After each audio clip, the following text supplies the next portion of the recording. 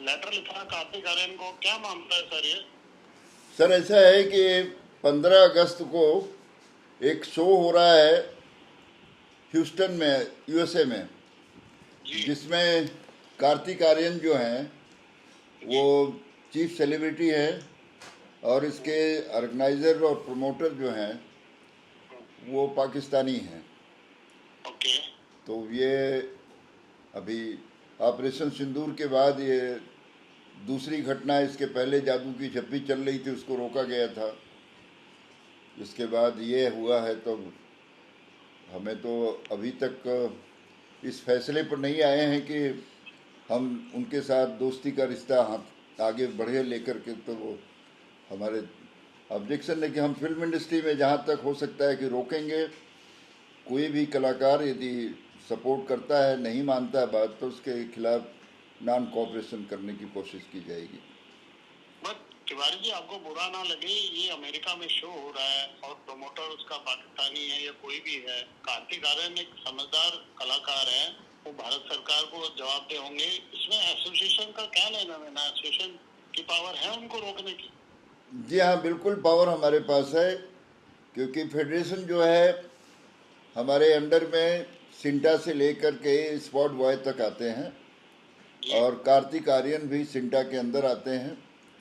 कोई भी कला फिल्म इंडस्ट्री जो है, ऐसा मुझे लगता है कि हम उस पर एक इमोशनल, एक सेंटिमेंटल हमारा रिलेशन है उसके साथ।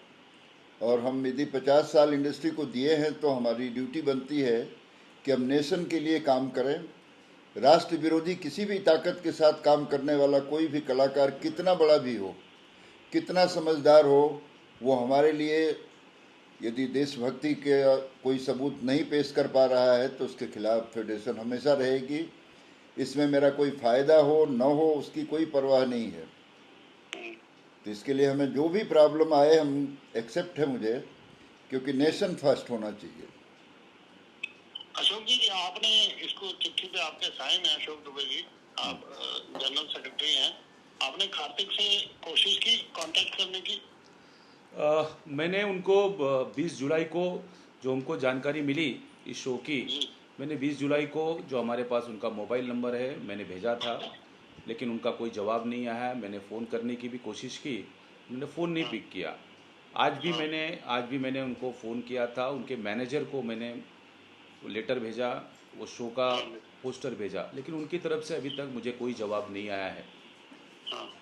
इसलिए हमने आज स्टैंड लिया कि एक पत्र उनको लिखा जाए, क्योंकि वो समझदार आर्टिस्ट हैं और देश के बारे में सोचते हैं। तो इसलिए हमने उनको हाँ पत्र लिखा कि अगर आप इस शो के पार्ट हैं तो कृपया आप इससे हाँ। दूरी बना के रखें, क्योंकि मेरा, हाँ सॉरी सॉरी, क्योंकि बोलिए आप। क्योंकि जितने भी प्रमोटर और स्पॉन्सर हैं वो सब पाकिस्तानी हैं।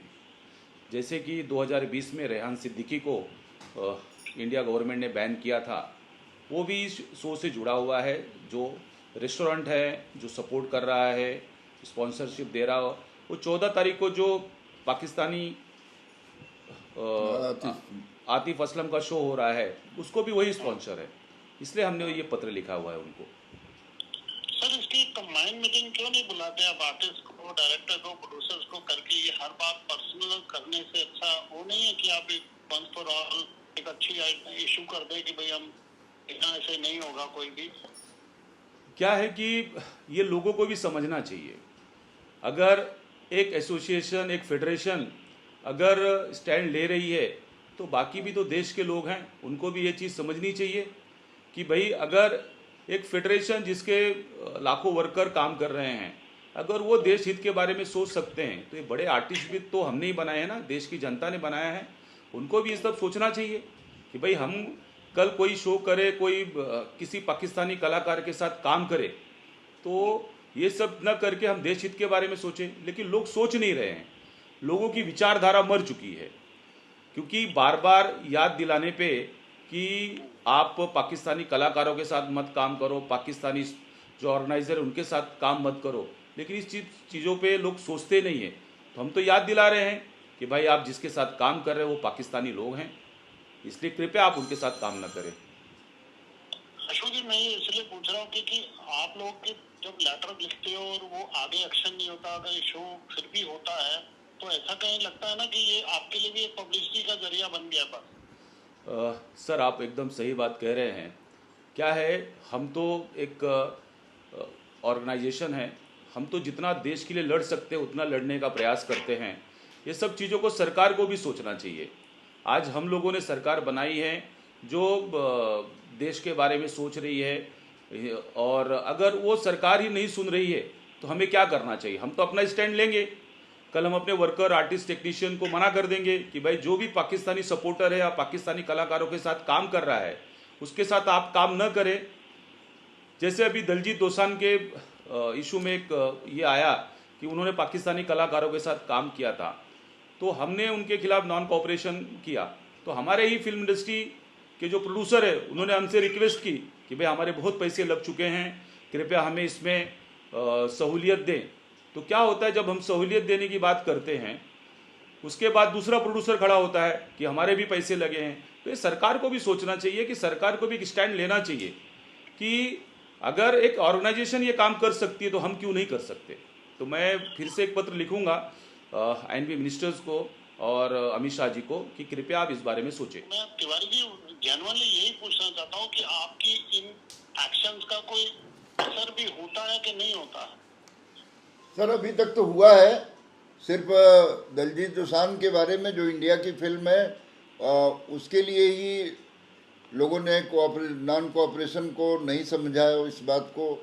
लेकिन जो फिल्म थी सरदार जी 3 वो सेंसर नहीं हुई ना, है कि क्रिकेट भी हो रहा है, तो एक तरफ क्रिकेट होगा और फिल्में नहीं होंगी, कलाकारों को यहाँ आने नहीं दिए, कभी आकर के कुछ भी बोल दिया जाता है, कभी कुछ बोल दिया जाता है। मगर हमारे अधिकार में फिल्म इंडस्ट्री है, हम फिल्म इंडस्ट्री के लोगों के साथ जुड़े हैं कि इमोशनल हमारा अटैचमेंट है। हम उनसे रिक्वेस्ट ज़रूर करते हैं, यदि वो रिक्वेस्ट हमारा मान लेते हैं तो अच्छी बात है, नहीं मानते हैं तो नॉन कोऑपरेशन हमारे हाथ में है। हमारी आज़ादी है कि हम उनके साथ काम करें या ना करें, तो हम उनके साथ नॉन कोऑपरेशन जारी कर देंगे यदि वो हमारी बात नहीं सुनते हैं। इसके पहले हमने लेटर जादू की झप्पी के लिए लिखा था, उसका असर हुआ, शो कैंसिल हुआ, रीजन कुछ भी हो, मगर मुझे लगता है कि हमारे लेटर का असर होता है, अब तक हुआ है, आगे भी भविष्य में करना पड़ेगा। क्योंकि कार्तिक भी बहुत छोटे शहर से आके इस शहर में उन्होंने अपना वजूद बनाया है, उनके साथ कोई कंट्रोवर्सी किसी तरह से जुड़ी भी नहीं है।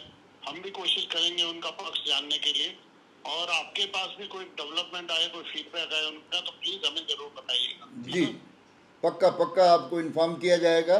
मुझे उम्मीद है कि कार्तिक के तरफ से पॉजिटिव रिस्पांस मिलेगा हमें, और कार्तिक का जिस तरह से अब तक का अप्रोच रहा है वो देश के प्रति उनको भी प्यार है, हम उम्मीद यही करते हैं। सोचा अगर आपके बोलने के बाद, रोकने के बाद, ये सब लेटर करने के बाद भी ये शो होता है तो उस पर आपका कोई स्टैंड है क्या, अभी बता सकते हैं आपको? हाँ, स्टैंड तो हमारा है नॉन कोऑपरेशन का, हम बहुत सख्त हैं इस मामले में।